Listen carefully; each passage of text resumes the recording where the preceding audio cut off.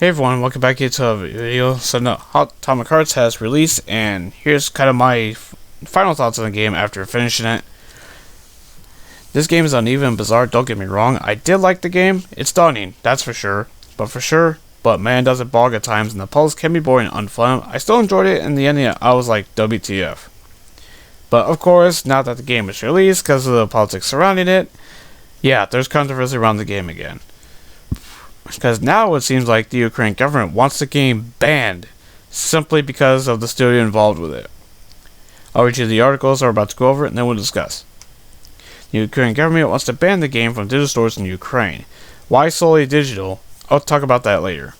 Alex Bornoikov, I apologize if I said your name wrong, Ukraine's Deputy Minister of Digital Transformation, plans to send an official letter to Sony, Microsoft, and Valve to request a ban. Anyway, continuing. In a statement to tech website DevUA, obtained in English by PC Games N, he states, regarding the situation with the release of the game, which has Russian roots and romanticizes communist ideology and the Soviet Union, the Ministry of Digital Transformation of Ukraine will send an official letter to Sony Microsoft while requesting a ban on selling digital versions of this game in Ukraine. Let me adjust that real quick. Why solely digital versions? Even though there is a physical version of the game too. Why not go all out and ban future production of the physical versions as well? Anyway, we also urge limiting the distribution of this game in other countries due to toxicity. Game is toxic? I didn't get that at all. Anyway, potential data collection of users and the potential use of money raised from game purchases to conduct a war against Ukraine. That's one hell of a reach. Anyway, according to media reports, the game's development was funded by Russian enterprises. Well, they were based in Russia originally. Anyway, to therefore recall for all users worldwide to avoid the game, we also want to emphasize that the game's devs have not publicly condemned the Putin regime and the bloody war that Russia has unleashed against Ukraine. They kind of have, without saying it, because they don't want to delve into politics too much, which is smart, after that has backfired against other developers, like Ubisoft for example. Anyway, your game has contacted all parties involved, so Mudfish, Sony, Microsoft, and Valve. Sony has responded, they declined to comment on it. Among other controversies, Mudfish has been criticized for disguising the Russian origins.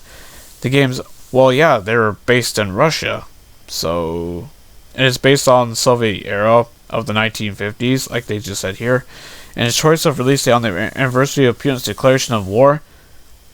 I'll talk about that later, because that one really ticks me off. Anyway, it has also been accused of harvesting data for Russian authorities, something the dev has denied. They did have plans to do that, but they have gone against it. Thankfully. Anyway, since the game's release, players have now criticized Mudfish further for showing an outdated Soviet cartoon which depicts racist imagery. We'll talk about that later. The game's save rooms contain a TV where players can watch old episodes of beloved Soviet children's cartoon new, it's been like a Tom and Jerry, which you can kind of see that in like the art style of that. Anyway, the one episode includes a racist depiction of an American tribesman. While this has likely been used for worldbuilding of the game's 1950s Soviet vision, makes sense. No content warning exists in the game, and its inclusion is a clumsy addition. And a separate controversy of the game's, you know what? Screw it. Sexualized female robots have been likened to Yulia Tymoshenko, leader of the Ukrainian Barchai political party. I probably said that wrong, so I apologize. Anyway, to wrap up this article, the robots were first spotted in a combat trailer released for Gamescom last year, which includes two female robots dancing before one is penetrated by the other, accompanied by Russian pop music. It's not only unnecessarily sexualized, but uses sapphic imagery in contrast to Russia's anti-LGBT laws. The iconic hairbraid has since been compared with that of said person. Regarding the whole, the twin robots thing, if you've kind of finished the game, you would kind of know why they looked like that in the whole freaking first place. Because it involves I'm not gonna go into it because it's spoilery territory, so forget what I just said. I'm not going to delve into that because it's too soon. The game has just came out, for Christ's sake. But, really, Ukraine? Come on. It is just pure coincidental. I really doubt the studio would intentionally release the game on the anniversary of when Russia invaded you last year. That's just a pure coincidence. You're reaching with that one. That was just pure coincidence, considering, like, don't you know how game developers work? They usually decide on, like, release windows and all that, like, years and years in advance. So, and things happen in game development where delays happen and all that, because for those who don't remember, this game was originally supposed to be a 2022 game, and it got delayed out of it for obvious reasons, and, you know, it came out in February of 2023, which is around the same time that the war started. So that's just a pure coincidence. So I really doubt Mudfish intended to release the game on the anniversary of when Russia invaded you. Sorry, I'm gonna have to call BS on that one. Like, that's one hell of a reach. And second of all, like I said before, if you want the game banned in, like, Ukraine and all that, fine, but whatever. But why only the digital version? Why don't you kind of ban the physical versions of that too while you're at it? Obviously, ones that are, you know, still that sold already, obviously you can't do that. You really can't do that, because people already spent their hard-earned money on that and just yank it away from them like that. But for digital versions, sure, I guess. But if you're gonna go that route, why ban future production of physical versions too while you're at it? And ban it everywhere else too? And call for it to be banned everywhere else, where only you and Russia are the only ones who are involved with the war and all that? Which, again, there shouldn't be a war at all in the first place. I completely condemn that. And Mudfish too, kind of without delving too much, because look at what happened and caused controversy with other games, like Far Cry 5, for example, and many other examples that you know, across the industry in the last couple of years. I mean, hell, look what happened with Hogwarts Legacy, that whole disaster, and that blew up in the boycotter's face, you know, as the game sold insanely well, it was very successful. Again, so, like, one hell of a reach. Now, regarding the whole racist depiction, Mudfish actually responded to it. Let's talk about that. While this footage wasn't directly designed by Mudfish, apparently the cartoon concerned is a real Soviet Tom and Jerry-esque animated series called New Pogo. I can't say that last part. That ran in Russia from the 1960s. The studio apologized for her insult caused by the offensive cartoon and said it will edit the parts in question after players discovered it in one of the game's save rooms. I personally haven't seen it for myself, so I can't really depict or describe if it truly is racist or not. I don't know. I never figured out how to watch the cartoon, so I couldn't tell you. Anyway, to sum it up, here's what they said. The Mudfish team thanks the PC Gamer Country for bringing this lack of sensitivity to our attention. We apologize for using the vintage cartoon or music as caused, hurt, or insult. We will edit the parts in question. And it's kind of a recap of what we just went over. Yeah, so again, I can't tell you whether I truly think the cartoon is racist or not. Again, I haven't actually, you know, watched it or anything like that, so I can't tell you. So I can't say that. But, really, wanting to get the game banned just because the studio was founded in Russia? Again, they moved out of Russia, you know, ever since the game, you know, was announced and all that. So, to ban the game just because of a studio's past, because of where they're from and all that, that sets a dangerous precedent to ban a form of entertainment. Like I say with the whole Hogwarts Legacy nonsense. It's a video game. It's a form of entertainment.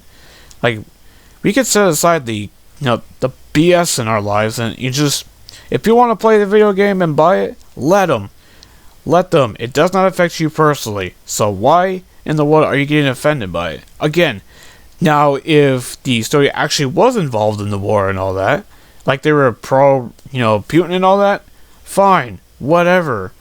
Then I would be on your side. But there has been no indication that the studio actually supports the war at all. Okay.